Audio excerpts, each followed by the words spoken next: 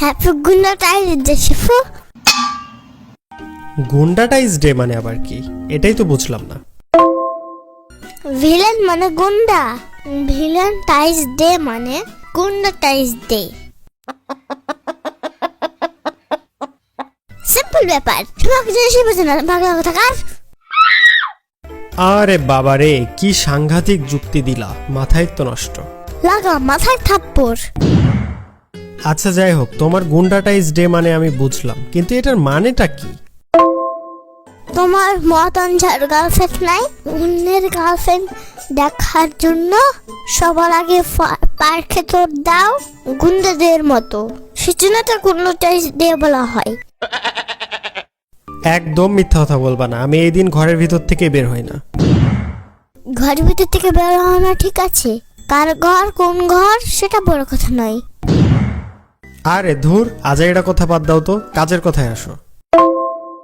কাজের কথা বলে আমাকে একটা বিশাল এবং তাৎপর্যপূর্ণ একটা ইম্পর্টেন্ট কাজের কথা মনে করে দিয়েছো। আরে বাবা, তাই নাকি? কি এমন কাজের কথা শুনি?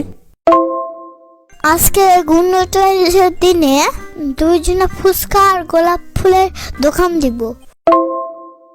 আচ্ছা ঠিক আছে। না থাক, তোমার যে চেহারা, তোমার হাতে একটা ভাঙ্গা থালা দিয়ে তোমার হাতে একটা ভাঙ্গা থালা দিয়ে বসিয়ে রাখলো, তার থেকে তোমার বেশি ইনকাম হবে প্রতিবন্ধী বলে। আইসে পেটুক কথাকার। আর কি একটু লজ্জা শরম নাই? তোমার থেকে একটা ছাগলের বেশি লজ্জা। এই মুনিয়া, দেখো তুমি আমাকে শিপুর সাথে তুলনা করবা না, তুলনা করে লজ্জা দিবা না। আমার নিজেরও কিন্তু একটা মান সম্মান আছে। সরি ছাগল ভাইয়া, ক্ষমা করে দাও, আমার অনেক ভুল হয়ে গেছে।